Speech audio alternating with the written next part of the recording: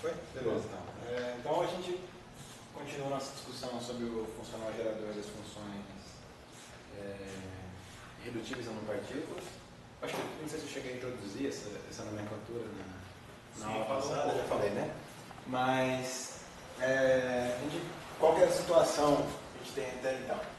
Nós temos um funcional gerador Z de J, que é o funcional gerador propriamente dito. Esse funcional gerador dá origem às funções de Green.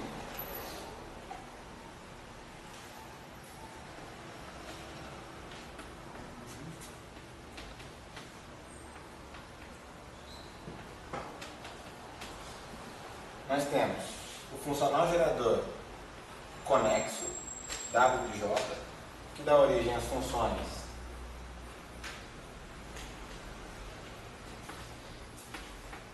de Green.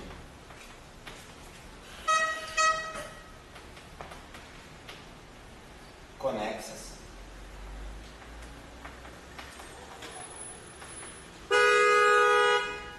E nós introduzimos na aula passada o funcional gerador das funções de um PI, que era o funcional gama.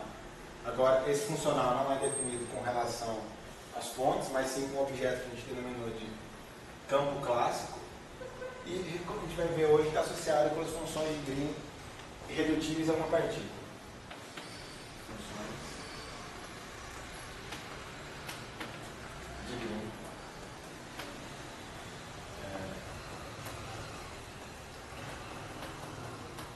Uma partícula irredutível. Esse objeto também é denominado por ação quântica.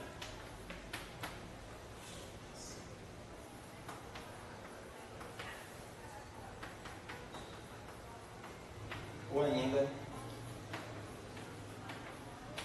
ação efetiva.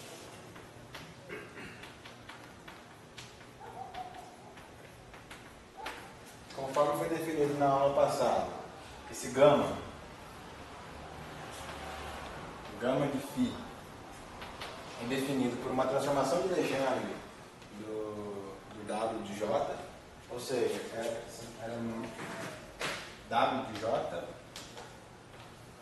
menos uma integral em dx, jx, φx, sendo que esse φx, que é o que a gente denominou por campo clássico, é definido como sendo a derivada de W com relação a um certo J de x, sem fazer J igual a zero, ok? E esse objeto foi o que nós denominamos de campo clássico.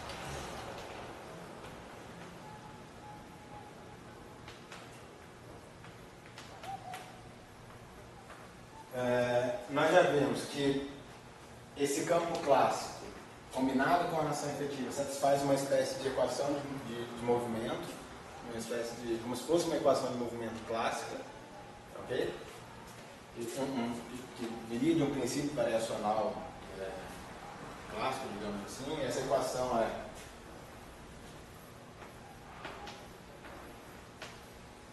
derivada em relação a φ igual a menos J de φ, desculpa, que seria uma espécie de equação de movimento quântica, digamos assim, não é uma equação de movimento clássico. Tem cara das equações de Euler-Lagrange, né, em termos de princípio variacional em termos da ação. Mas aqui seria uma espécie de equação de movimento quântica, já que a gente está trabalhando com um objeto que a gente está descrevendo como sendo uma ação quântica, que eu pretendo convencê-los que isso carrega informação quântica da sua teoria. E, se eu não me engano, o ponto que a gente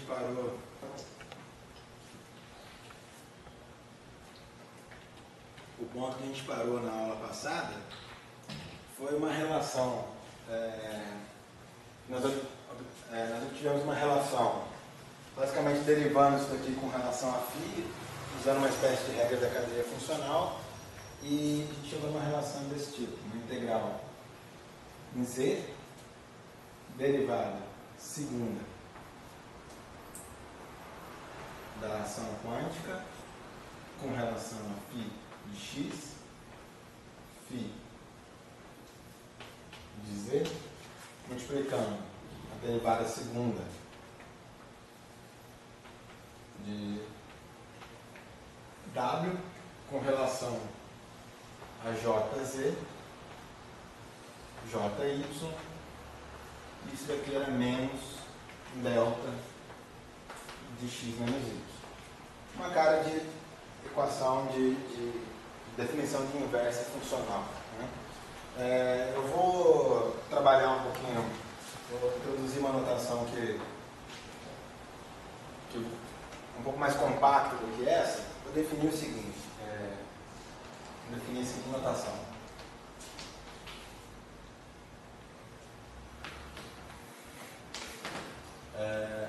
Vou definir um certo gama de x1, x2 até xn barra gama n, tá? Gama n de x1, x2 até xn, um certo barra φ, como sendo a derivada enésima de grama de φ em relação aos campos com argumentos correspondentes aqui. φ1 até φ. Ok? Além disso, eu vou definir esse mesmo objeto, só que sem o φ.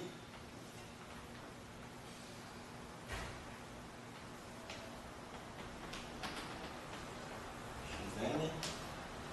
Isso daqui vai ser essa mesma derivada funcional tomando campo igual a zero.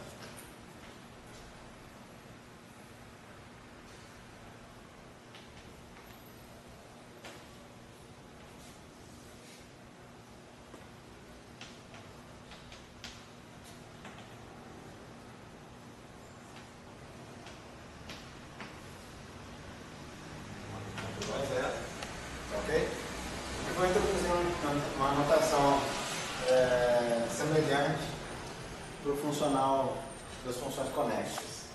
Funcional conexo. Vou definir um W n de x1, xn barra j como sendo a derivada funcional enésima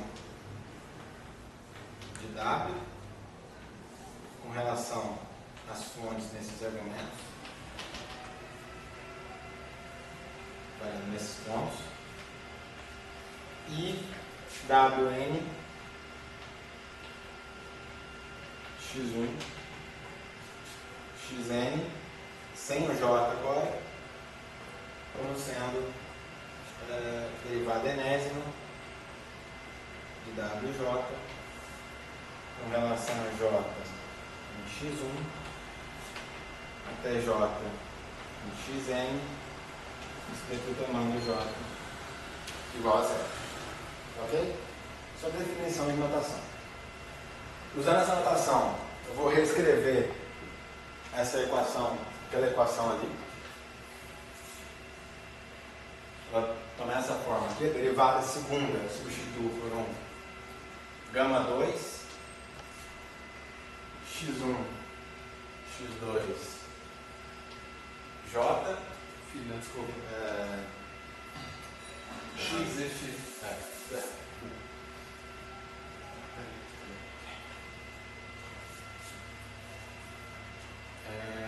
De x, z, φ, isso. W2 de z, y, j igual a menos delta de x, y. Ok? Deixa eu pegar essa equação e tomar φ igual a zero e j igual a zero. Eu vou pegar essa equação aqui. Tomar φ igual a zero, j igual a zero. Nesse caso, nós temos a integral de dx, gama 2, x, z, w2, z, y, igual a menos delta de x menos y. Eu vou multiplicar essa equação dos dois lados por... eu vou multiplicar por menos i, os dois lados dessa equação. Você pode fazer o sinal de menos virar 2i ou 2 menos i, sei lá, o que fica. Isso. Vou fazer sinal de menos. Eu vou multiplicar a equação por menos i ao quadrado. Ok? Isso daqui vai cancelar o sinal de menos. Você vai pegar essa equação aqui, multiplicar isso daqui por menos i ao quadrado. Isso daqui dá menos 1, cancela esse sinal de menos. Vou ficar com integral em dz menos i. Vou distribuir um i para cá e um i para cá.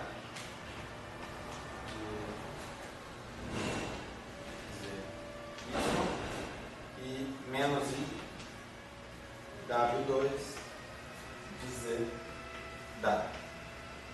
Isso daqui é igual a um delta de x menos y. Ok? E esse objeto aqui, corresponde à função de Green de dois pontos. Z, y. Isso daqui corresponde à função de Green de dois pontos conexa. Okay? Ou seja, uma função de Green de dois pontos conexa corresponde à inversa funcional desse objeto. Ou esse objeto aqui corresponde à inversa funcional da função de Green de dois pontos. Ou seja,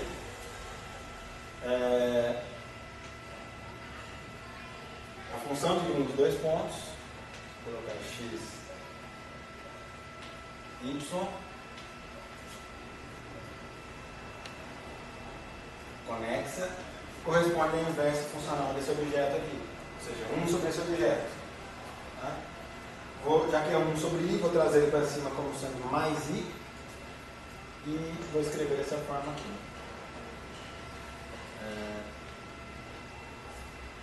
Gama 2, x, y, isso daqui, menos 1. O gama ali era x, né? Sim, mas aí o argumento aqui tem que ser igual ao argumento aqui. Penúltima linha lá, o gama era x. X é isso. Né? Tá. Obrigado. Está somando. Então a gente tem essa relação aqui.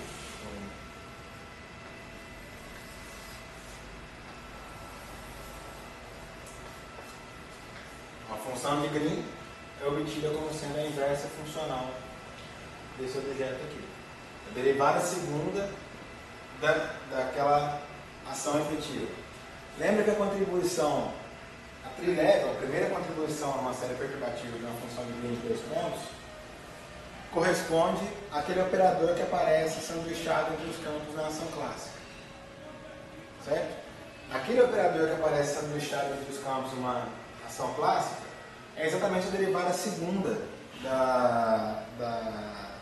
derivada funcional segunda da ação clássica. Então essa expressão aqui corresponde a uma generalização daquele resultado, de que a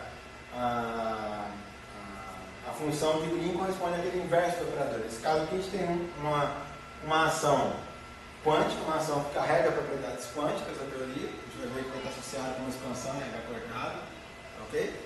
E aquele objeto que seria o operador sanduichado entre dois campos, na forma quadrática, corresponde à função de Green de dois pontos. Então isso seria a versão fechada daquela aproximação, a versão fechada daquilo que a gente obteve como aproximação anteriormente. Ok? Eu vou escrever então a ação efetiva, a derivada segunda da ação efetiva,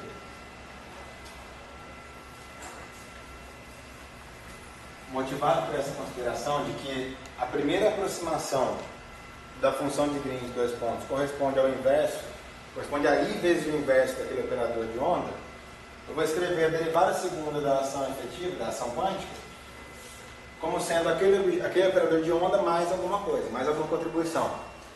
Ok? Vou escrever gama 2 como sendo, vou deixar de lado aqui os argumentos, mas eu vou escrever gama 2 como sendo aquele operador de onda mais alguma coisa que completa a informação que a primeira aproximação não te dá. Ok? Quando a gente ignora esse termo aqui, a gente cai na primeira aproximação da expansão perturbativa da função de Green de 2 pontos. Ok? Deixa eu usar essa informação, essa decomposição naquela relação. Isso daqui nos permite escrever a função de Green de 2 pontos, a função de Green de φ de x1, φ de x2, conexa, como sendo I a inversa desse objeto todo aqui. I, K, que era uma função de x1 menos x2, mais um certo gama de x1, gama não, sigma x1, x2. Isso daqui elevado a menos 1. Tá ok? Deixa eu expandir esse objeto. Mas antes disso, vou colocar o K em evidência, então vou escrever I. Vou trazer o K em evidência, tá ok? Agora eu vou abandonar os. Agora sim, deixa eu só ver como eu vou manter isso.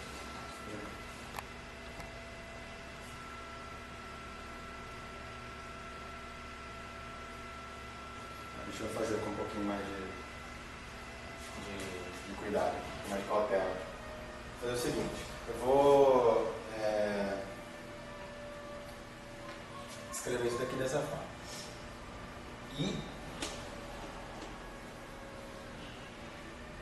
vou colocar esse objeto em evidência, tá? Veja se vocês concordam com isso daqui.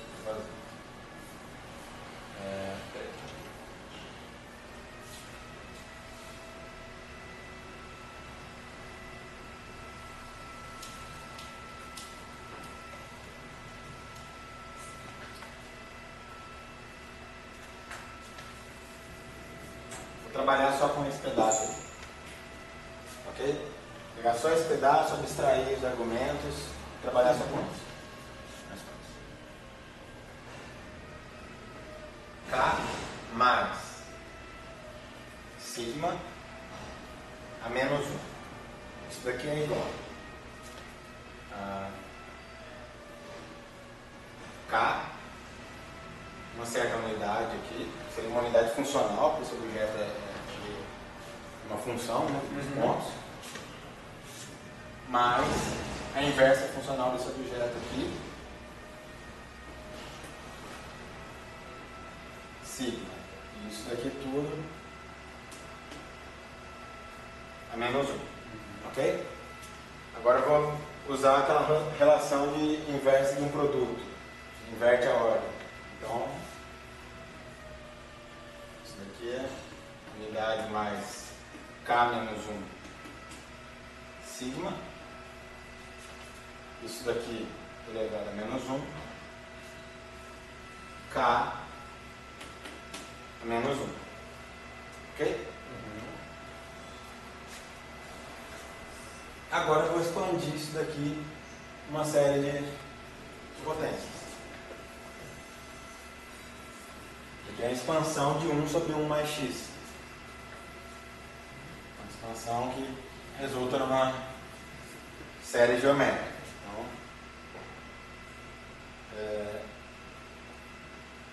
K mais sigma, aqui menos 1, é igual a essa expansão vai dar 1 menos K menos 1 sigma mais K menos 1 sigma K menos 1 sigma mais menos K menos 1 sigma K menos 1 sigma K menos 1 sigma e assim por diante. Tudo isso multiplicado por K menos 1. Ok? Fazendo essa multiplicação, vai ser K menos 1 menos K menos 1 sigma K menos 1 mais K menos 1 sigma K menos 1 sigma K menos 1 e assim por diante. Tá ok? Vou voltar com isso daqui agora nessa expressão, colocando o fator de unidade imaginária e vou colocar os argumentos corretamente. Então, voltando à expressão de uma função de 2 pontos.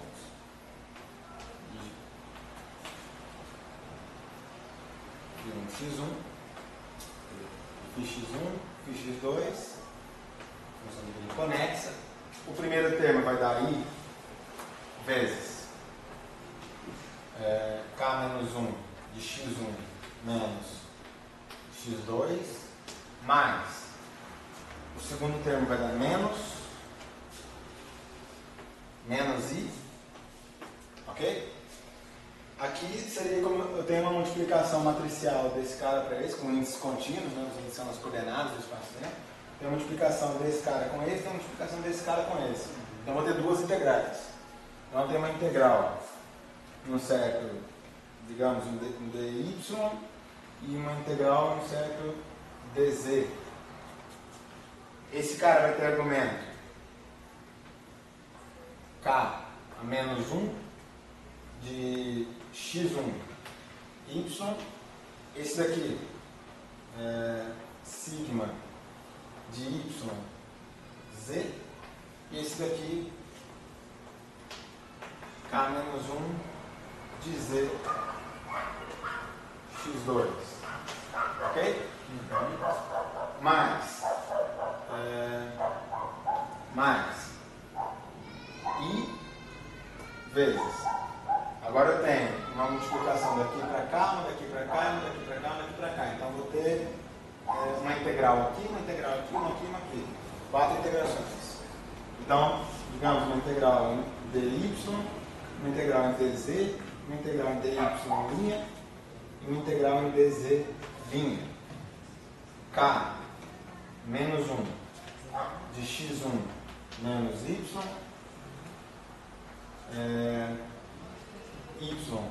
y linha,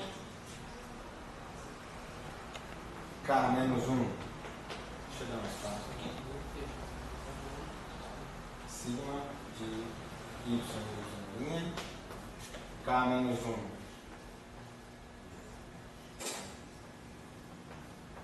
K menos 1 de y linha menos z, que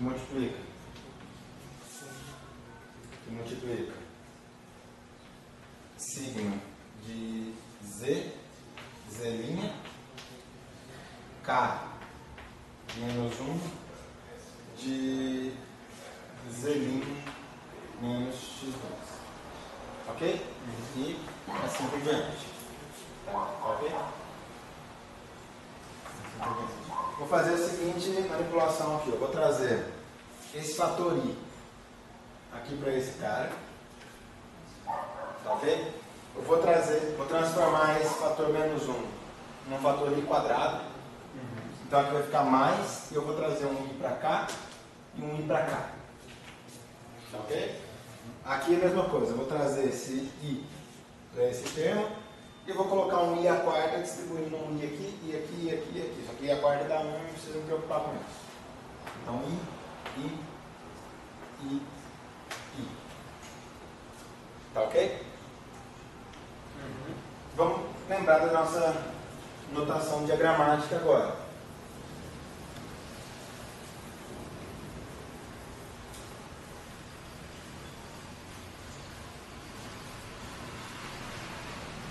Da notação diagramática.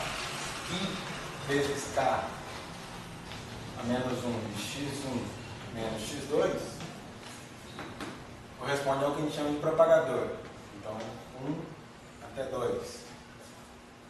Tá ok? E eu vou introduzir agora a notação diagramática para esses objetos que aparecem aqui, que são deixados por propagadores.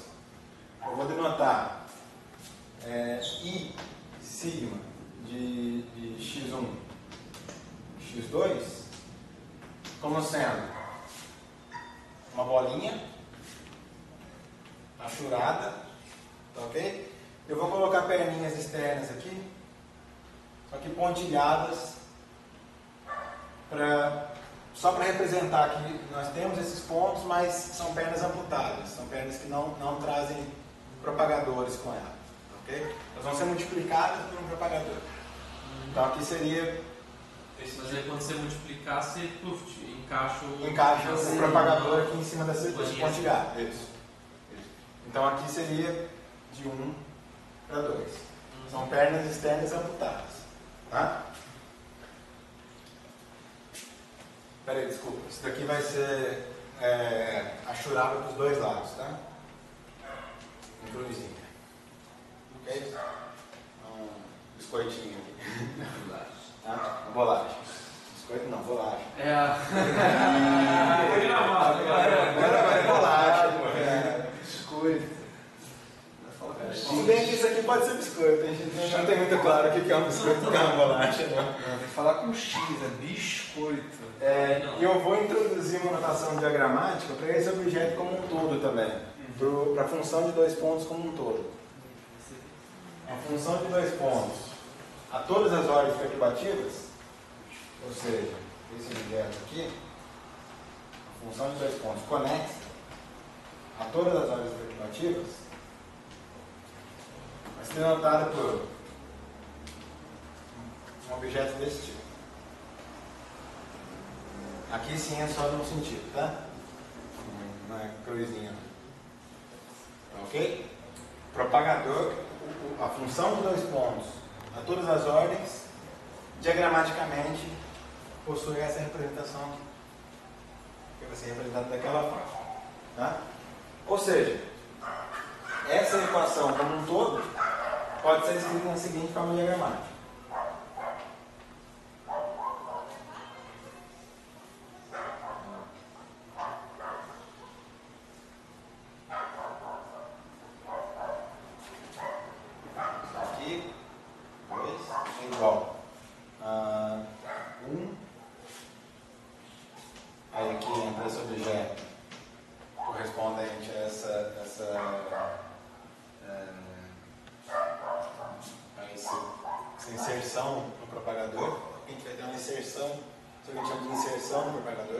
Primeiro tem que ter Calma aí.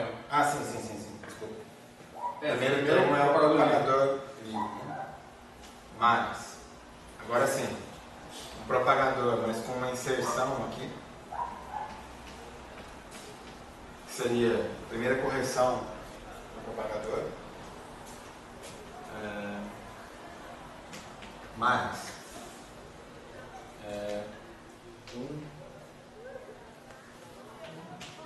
agora a gente tem um propagador, uma função de 2 pontos com um propagador com 2 inserções.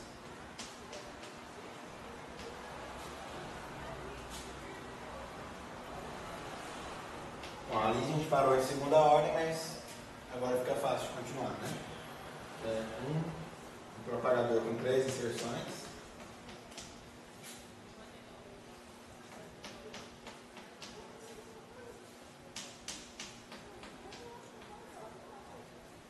E assim por diante. Ok? Então a gente função de 2 pontos a todas as ordens. A gente consegue decompor isso em partes que a gente diz que são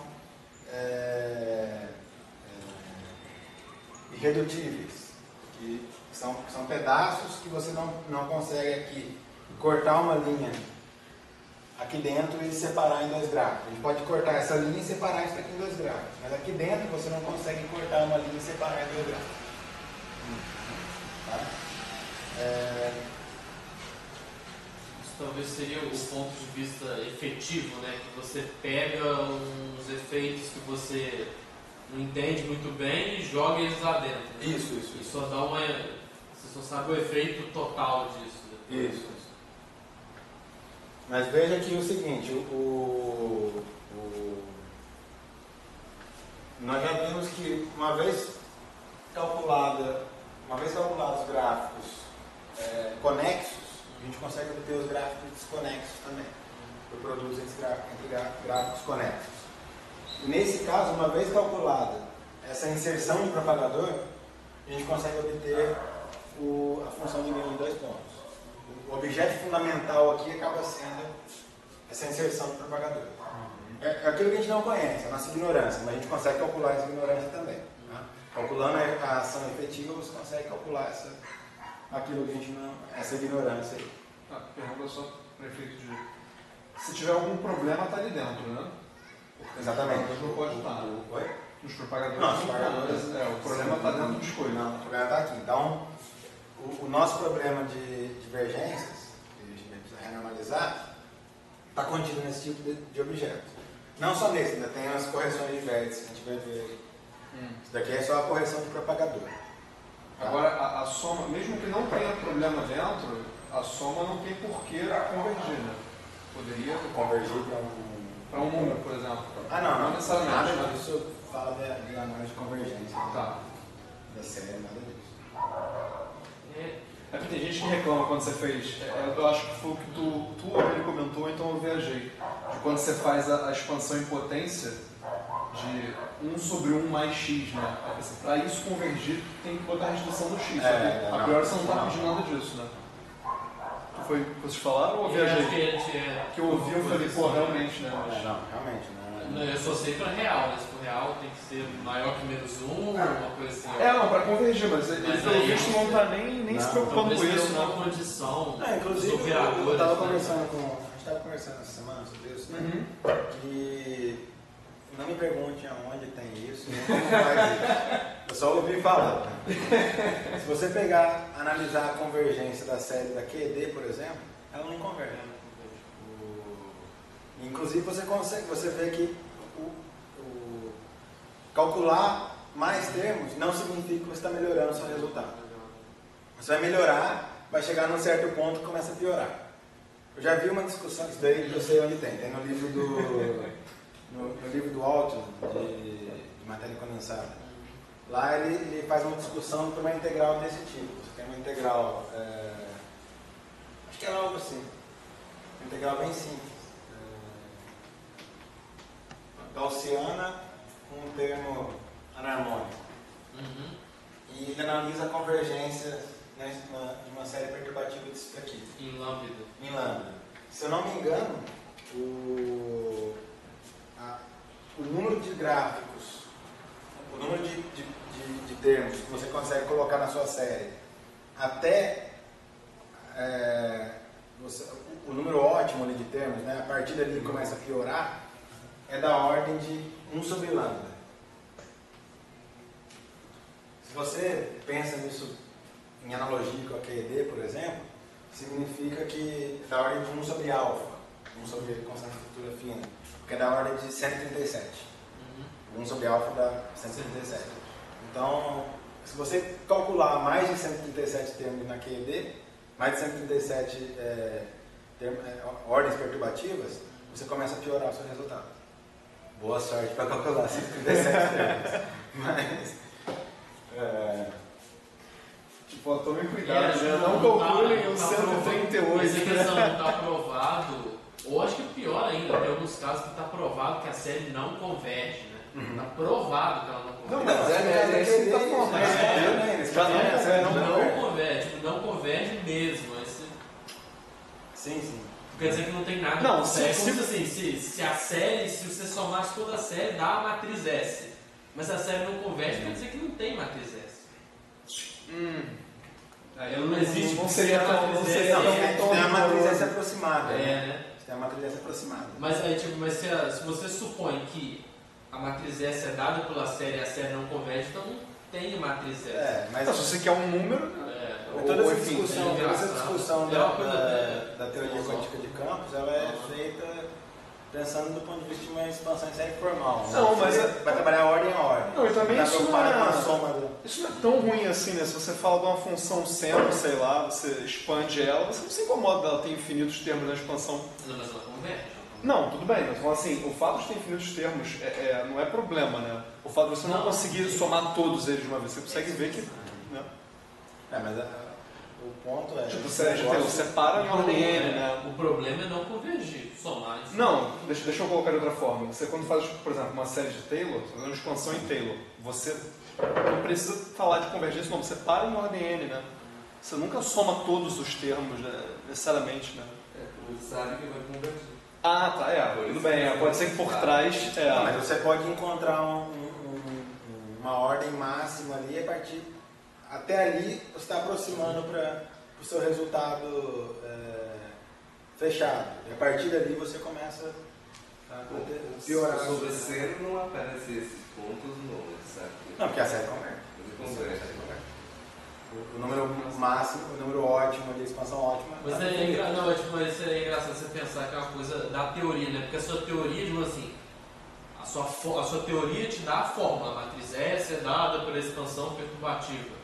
Mas se todos os termos não dá certo, então quer dizer que pode ter uma outra teoria por trás que explica isso. Não, mas é que tá, o que eu quis colocar, eu acho que eu não falei bem, é que no fundo você sempre tem uma ordem até onde você está interessado, né? Porque, por exemplo, raiz de 2 tem, sei lá, π, e tem infinitos números, o domínio não converge. Nem por isso a gente deixa de usar o π, né? Isso não é, acho que isso não é problema em física, isso é problema talvez em matemática, né? Porque você vai ter uma ordem, a gente tem uma ordem, uma escala que a gente está interessado. A gente não está interessado aí até a última escala, né? Senão a gente não poderia nem usar o π, ou enfim, qualquer número irracional seria problemático nesse sentido, né? Não estou falando que é legal, não. Eu também acho super estranho estar discutindo isso com ele. Me incomodou profundamente essa... Só uma pergunta.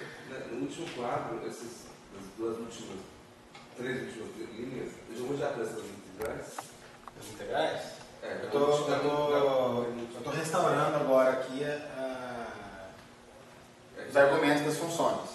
E você tem que pensar isso daqui como se fosse um produto matricial com índices contínuos. Então, a integral significa a soma desses índices.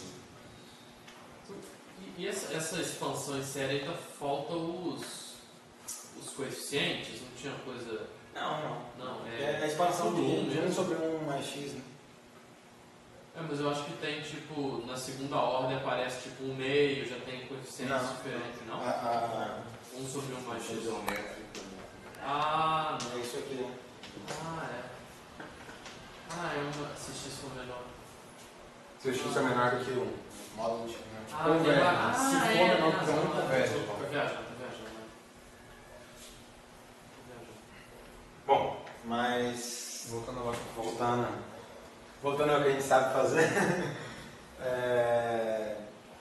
como eu mencionei, esse objeto aqui, esse objeto, essa bolachinha,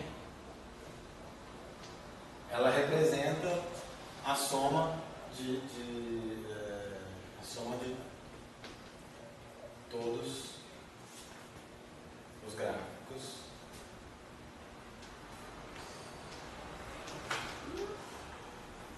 Todos os gráficos de dois pontos externos, com dois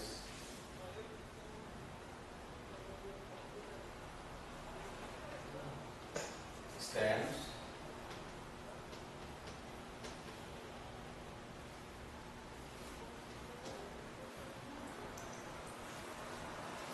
E pernas com propagadores e pernas externas amputadas.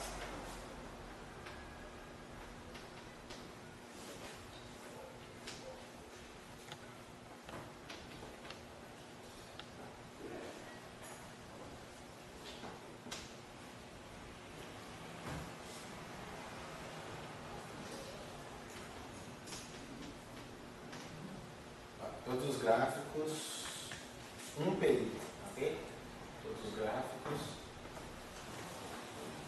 irredutíveis a uma partícula com dois pontos externos e sendo que as pernas externas estão sendo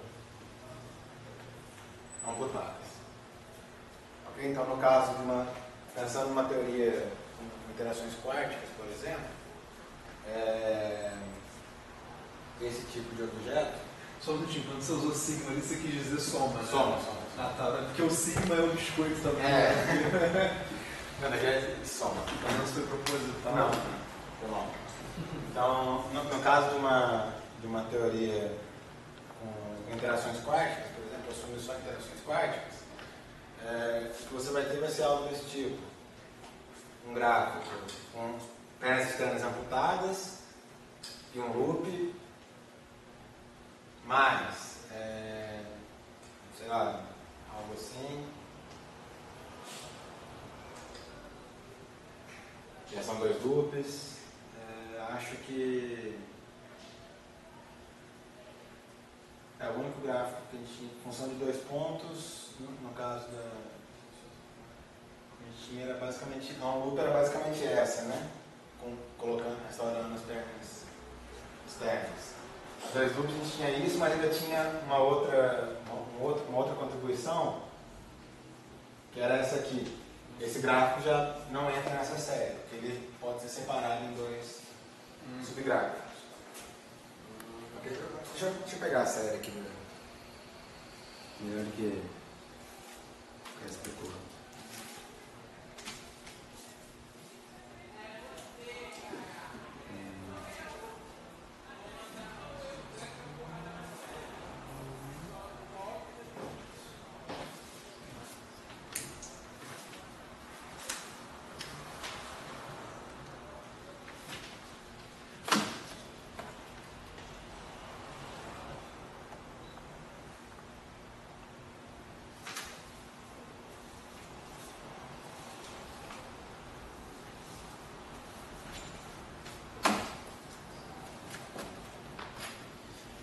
Fazer a coisa direito, né? Tá.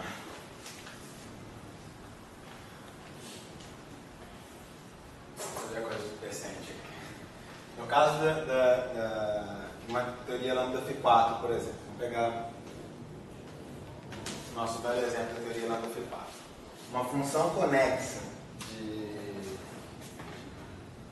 dois pontos possui essa expansão aqui. Já estou colocando essa notação nova nossa. O gráfico trilevel mais, vou deixar os fatores numéricos de fora, tá? Mais esse gráfico no loop, mais um gráfico desse tipo gera dois loops, mais um gráfico desse tipo, mais um gráfico desse tipo, dois loops também, e continuava essa expansão, certo? Quais gráficos dessa expansão que entram nesse miolinho aqui? A partir daqui, a gente vai construir esse objeto que é a correção do propagador, a expansão que corresponde à correção do propagador. Isso daqui também vai ser uma série, também vai ser uma soma de gráficos, ok? Esse gráfico já é a contribuição trilevel, então a gente tem que pegar gráficos que são propagadores e alguma estrutura de loops, né? Esse gráfico aqui ele entra, porque eu não tenho como separar esse miolo dele em dois gráficos distintos. Então ele se enquadra, ele não pode ser colocado, por exemplo, numa forma dessa daqui ou dessa daqui. Ele entra nessa forma aqui, ok? Então, isso daqui, lembrando que é amputando a perna externa. Ok?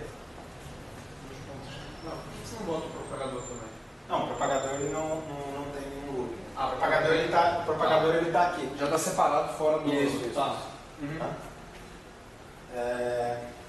Mais, aí, bom, há um loop só tem esse. Não tem mais nenhum. Okay?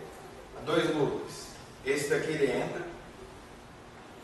Ele não tem como cortar uma perna interna, uma linha interna e separar em 2 gráficos. Não consigo colocar nessa categoria ou nessa categoria, está nessa categoria aqui. Ok? Então eu tenho esse gráfico, propagadores externos computados e esse miolo aqui. Mas esse gráfico não entra, porque ele já entra nessa categoria. É um produto desse gráfico com ele mesmo. Né? Okay? Então esse gráfico aqui não entra, né, na nossa expansão desse biscoitinho. E esse gráfico aqui, ele entra também porque eu não consigo separar nessa forma e nessa forma. Ok? Então...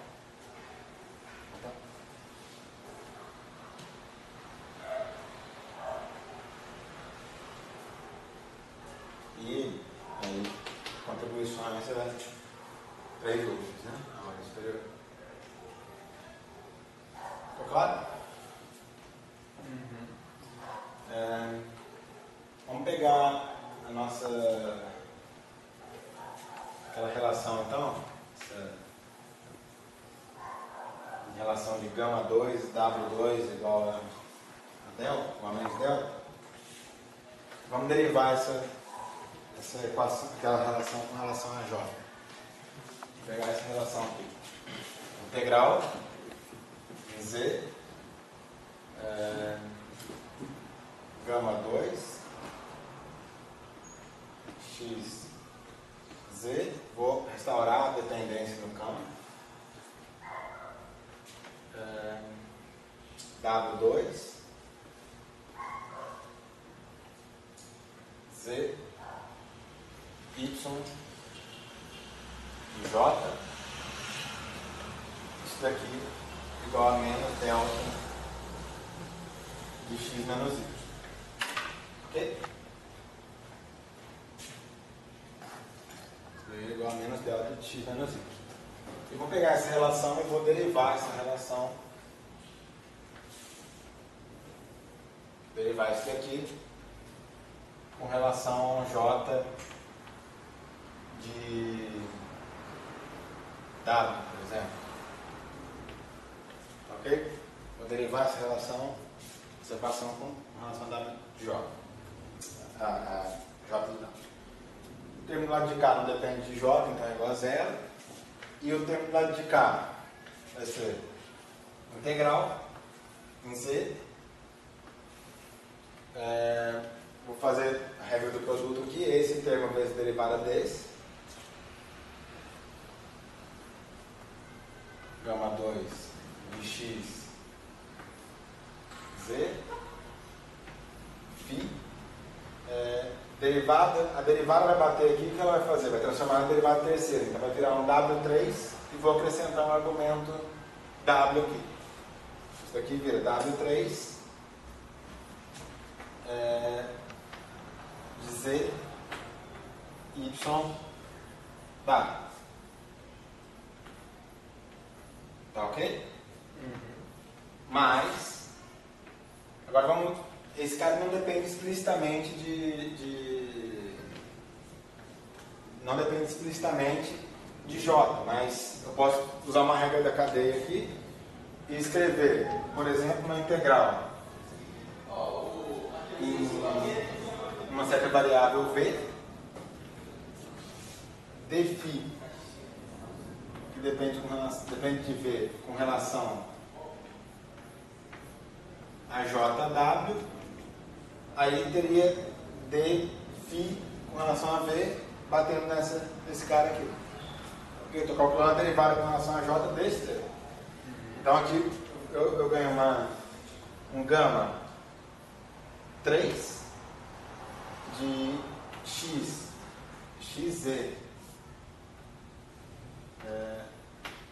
V, tá ok? E continuo multiplicado por W2. Desculpa. Isso aqui depende de φ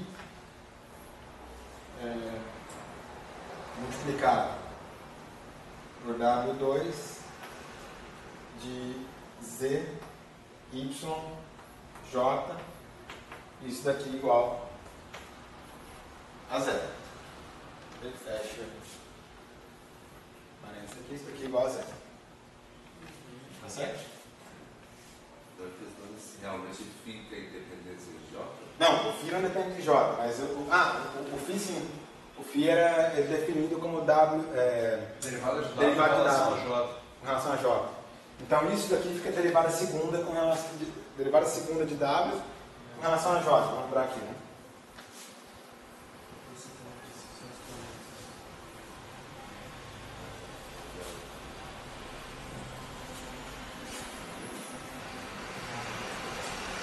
O campo clássico é definido como sendo derivada de WJ com relação a J nesse ponto. Ok? Ou seja, dφ com relação a dJW é igual a derivada segunda. Vou já colocar na nossa notação aqui. Vai ser a derivada segunda de V dado J. Ok? Substituindo isso ali. E vou substituir isso aqui agora. Vamos lá, vou escrever isso daqui dessa forma. Integral Z da gama 2 de x z W3, que depende de Z, Y, W e J, mais, já vou colocar como igual, eu vou trazer o outro termo para o lado direito da equação, menos integral em Z, integral em V, W2,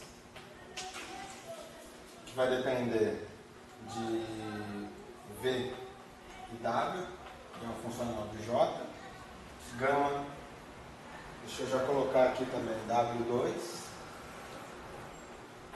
que depende de Z, Y, é um funcional de J, e gama 2, que depende de X, Y, V, e é um funcional do campo clássico. Ok? Certo?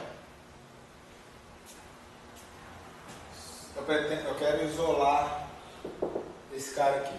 Quero isolar o W3. Então eu vou multiplicar os dois lados dessa equação. Vou fazer o seguinte, eu quero vou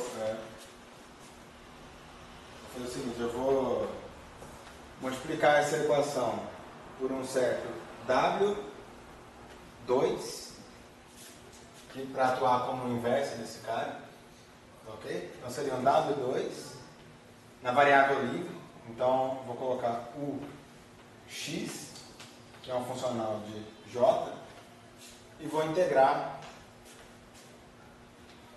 com relação a essa variável x. Ok? Isso daqui atuando na equação. Multiplicando e integrando. Ok? O que você quer com isso mesmo que você falou? Eu quero isolar o W3.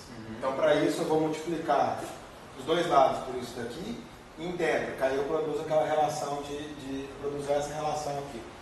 Gama 2, W igual a delta. Valeu. Tá? Então, a multiplicação desse W2 aqui vai me produzir um delta de delta de UZ, ok? Eu estou integrando em x, então vai ficar W2 de UX, gama 2 de XZ. Então isso daqui vai me dar um menos delta de UZ, integro em Z. Basicamente o que eu vou ter vai ser substituir esse cara aqui por U. Ok? Vou ter um sinal de menos vindo dessa relação de inversão. Tá ok? Então, do lado de cada equação vai ficar W3 de U, Y, W, que também é uma funcional de J. Eu vou ter um sinal de menos que vai aparecer nessa relação de inversão, já vou usar para cancelar o sinal de menos do outro lado. Tá ok? Isso daqui vai ser igual a uma integral. Do lado de cá vai ter uma integral em Z, uma integral em X, uma integral em Z e uma integral em V. Uma integral em X, uma integral em Z e uma integral em V. E aí eu fico com gama 2, que depende de X, Y, V. Gama 3 então, né? Gama 3? Esse é gama 3, Oi? Aí em cima tem 3 e em cima Não entendi, desculpa. tem Aqui também, isso. Obrigado. Na cabeça também, porque... Obrigado. Vezes. Aí agora, W2 de V, W, que é uma funcional de J.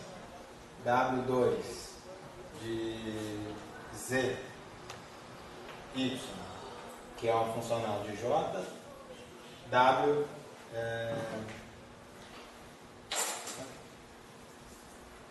W2 de... Tá faltando esse aqui, né? U, X, que é uma funcional de J. Ok? Vamos ver se está consistente isso. Variável livre que eu tenho do lado de cá. U, Y e W. Não estou integrando nenhuma delas, tá ok? Aqui está dependendo de Y, que tem a dependência de Y desse lado. Peraí. Uma coisa estranha aqui.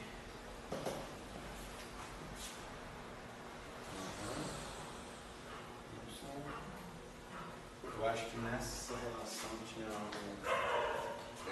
Aqui era Z, né? Aqui era Z.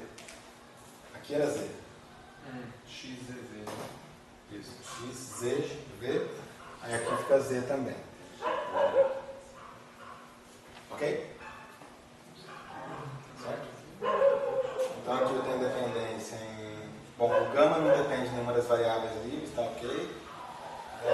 Gama aqui fecha com esse vai com esse vai com esse. Isso, tá tudo certo. E agora eu já vou tomar campo clássico igual a zero, corrente externa igual a zero.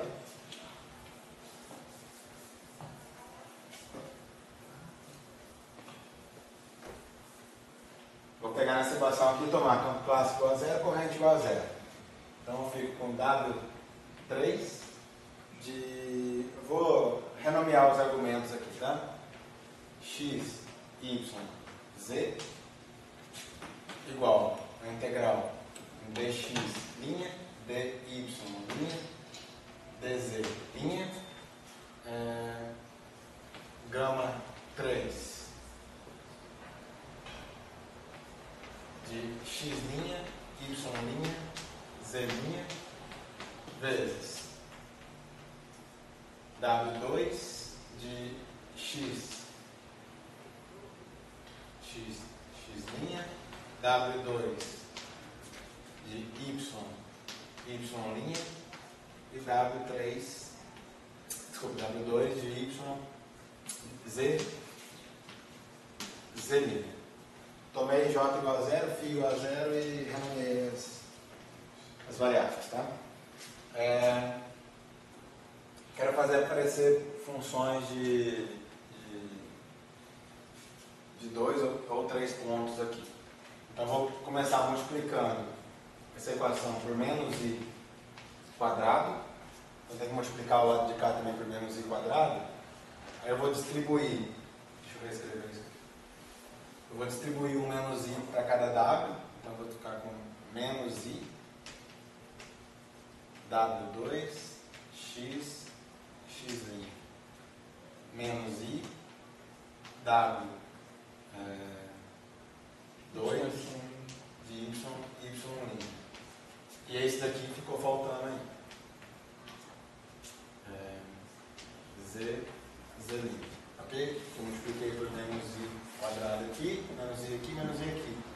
Vou multiplicar por menos I aqui, compenso colocando I aqui. Ok?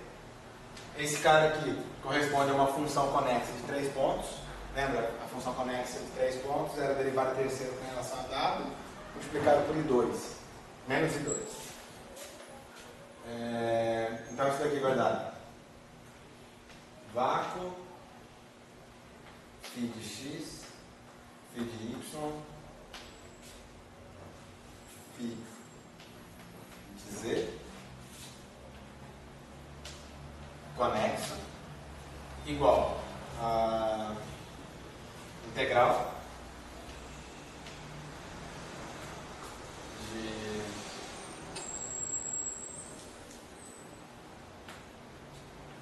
isso aqui e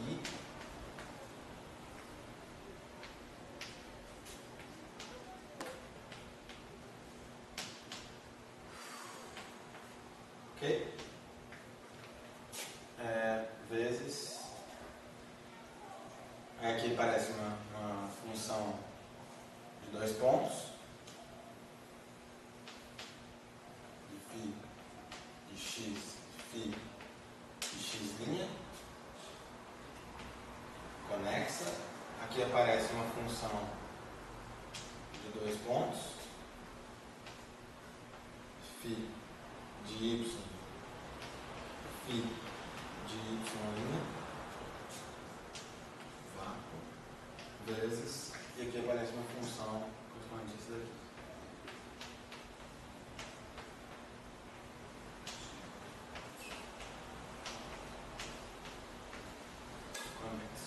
Ok? Certo?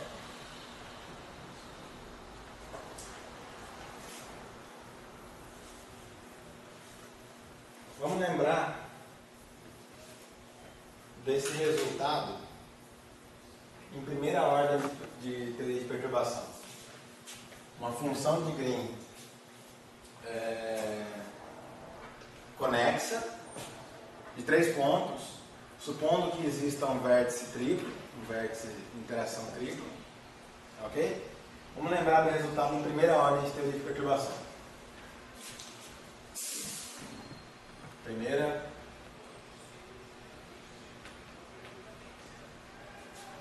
ordem. O que nós teremos?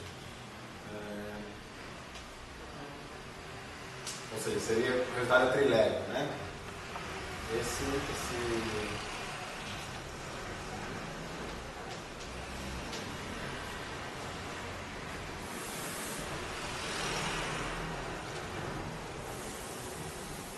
conexo. Esse objeto em termos diagramáticos, vamos colocar aqui primeira ordem, tá? Em termos diagramáticos, isso daqui corresponde a propagadores e vértices. Você vai ter algum objeto assim. Ok? Esse é o primeiro termo de uma expansão diagramática. Você tem um propagador aqui, um propagador aqui, um propagador aqui e um vértice aqui. Certo? Ok? Veja que o resultado aqui é bastante semelhante a isso. A gente tem uma função de 2 pontos, que é um propagador a todas as ordens. Função de 2 pontos, é um propagador a todas as ordens. Então a gente tem esses objetos aqui, isso daqui em primeira ordem, isso daqui, vamos colocar aqui em resultado completo agora.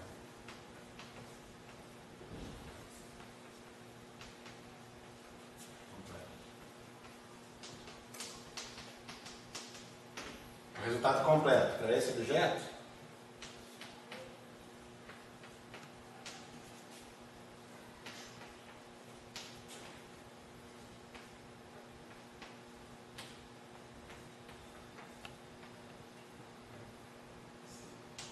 veja aqui, a gente tem um propagador a todas as ordens, ou seja, é aquele objeto que está vindo que seria, desculpa, x, y, z.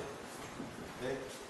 Aqui um propagador que está vindo de x para x', então tem um diagrama desse tipo. X até um certo x'. Ok?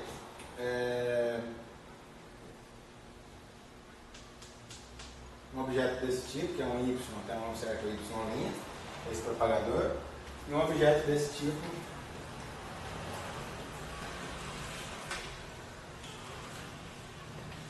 que vem de z até um certo z'. E aqui no meio a gente tem esse objeto todo, essa integral e esse gama 3, essa função de 3 pontos, sendo colocado no meio desses propagadores.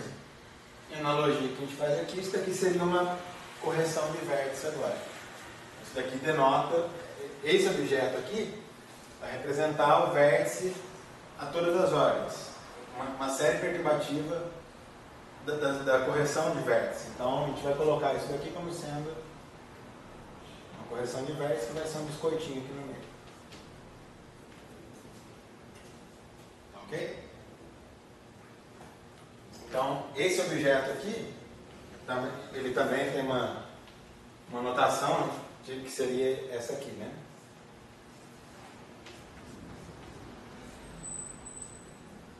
De x, y, z.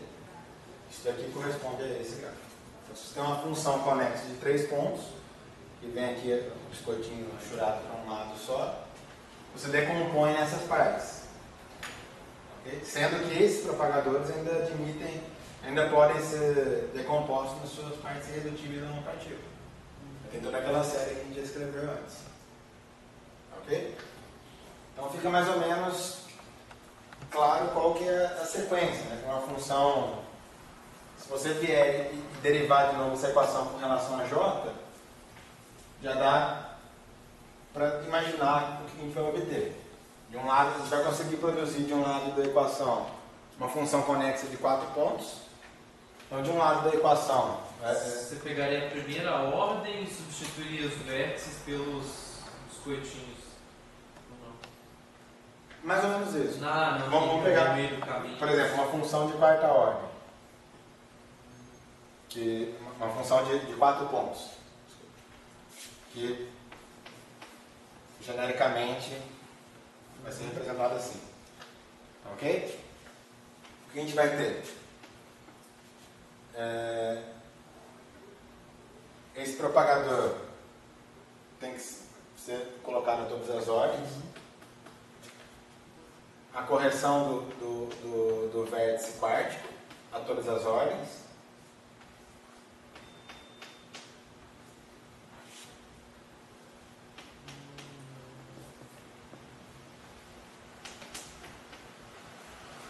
Ok?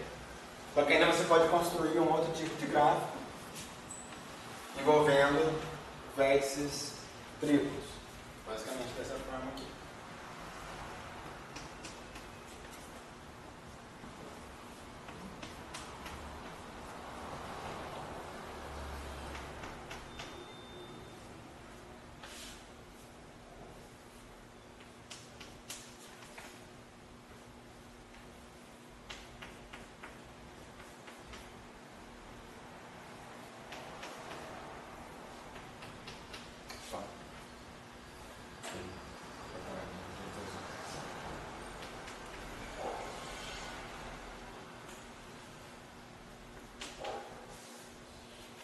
Você pode construir esse tipo de gráfico. Em uma teoria que não contém interação, vértice triplo a trilevel, você não pode construir esse tipo de gráfico aqui. E para ter o primeiro tem que ter além do triplo um quarto. Aqui você tem que ter um gráfico Φ4. Esse daqui você tem que ter um Φ4, para esse daqui você tem que ter um Φ3. Ok?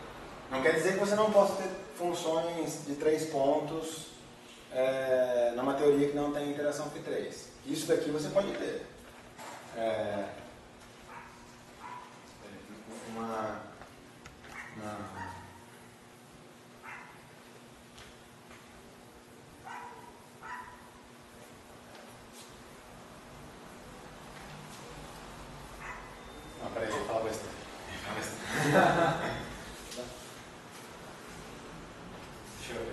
Por exemplo, uma teoria que tem interação só φ4. Será que esse tipo de gráfico aqui é permitido? Será que você pode calcular uma função de 3 pontos? Uma teoria que tem só interação Quanto φ4? que a gente viu? Não, peraí, não sei se vale. Porque no caso livre daria 0, né? Se No você caso de tivesse. dá 0, é isso. Acho que no caso da gente também. Eu não sei. Também. Que você sempre. Não, você vai ter possibilidade sim.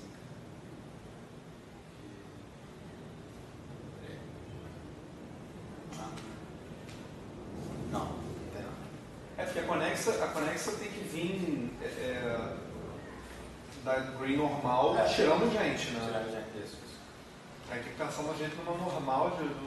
Não, não tem porque. Lembra que a gente escrevia a série perturbativa? A série envolvia uma função de green de n pontos, uma teoria livre, do vácuo livre, onde você sempre tinha o número de campos o número de campos que você tem aqui nas pernas externas e vértices.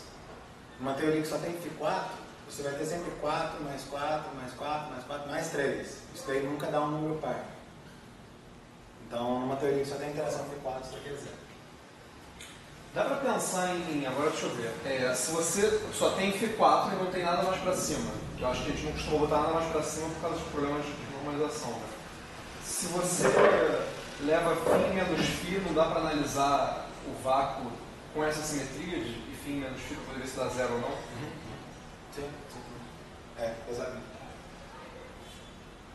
Mas mesmo no caso que o vácuo não é o vácuo livre, não, porra, claro, você tem φ4. Se você não tiver φ3. Se não tiver φ3, é claro. Nem nenhum φ ímpar, né, que a gente já está ali ignorando. Se a sua ação for invariante de qualidade, você elimina esse gráfico.